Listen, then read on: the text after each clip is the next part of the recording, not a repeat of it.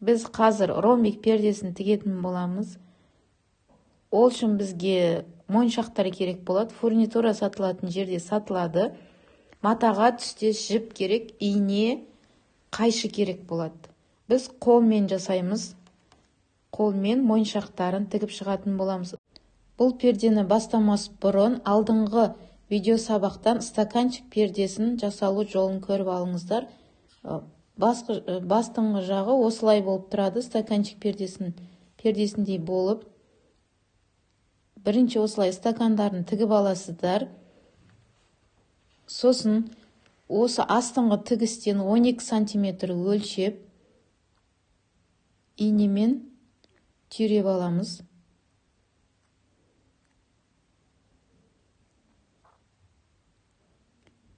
Инемен түйреп аламыз. Біз қазір бір қатар жемшік тігетін боламыз. Келесі стаканның астынан тағы да 12 сантиметр өлшеп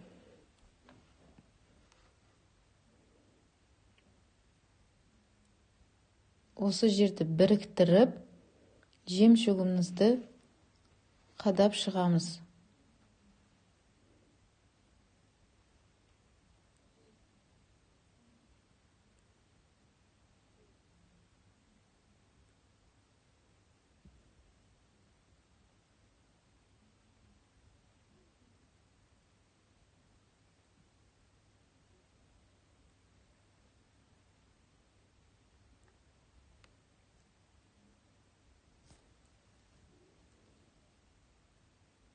Жақсылап бекітеміз.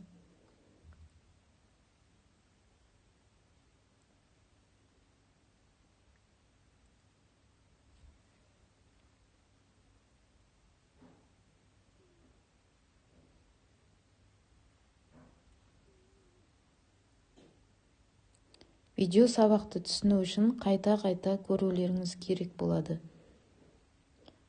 Тағы келесі стаканның астынан 12 сантиметр өлшейміз. Сол жерге инемізді түйреп алып, келесі стаканның астынан да 12 сантиметр өлшеп,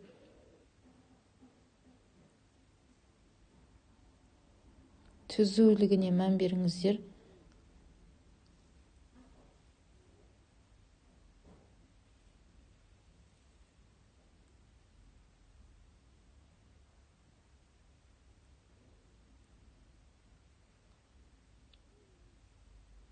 Жіпті 3-4 қабаттап алсаңыздар, қалың болғаны дұрыс.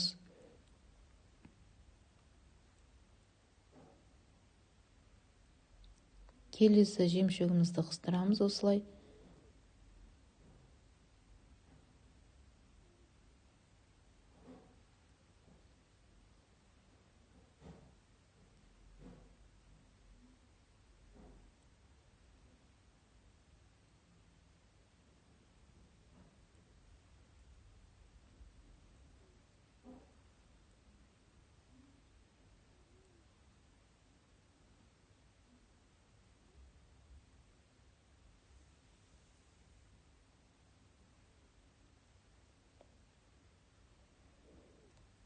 Осылай бәрін тігіп кете береміз. Мына жерге бірінші қатарына да моншақ қыстырып қойсаңыздар болады.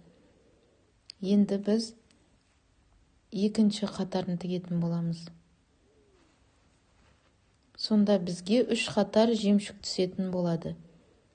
Бірінші қатары стаканның астында, одан кейінгі қатар 12 сантиметр, тағы да үшінші қатарды дәл солай 12 сантиметр етіп өлшеп жемшігімізді қадаймыз. Бірінші қатарды, екінші қатардан кейінгі үшінші қатарды бастағанда біз бірінші қатардың бойымен алатын боламыз.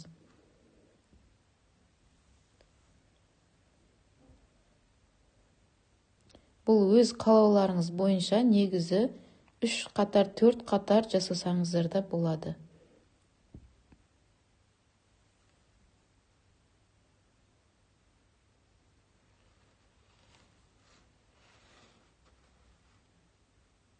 Міне осылай мен 3 қатар жасадым.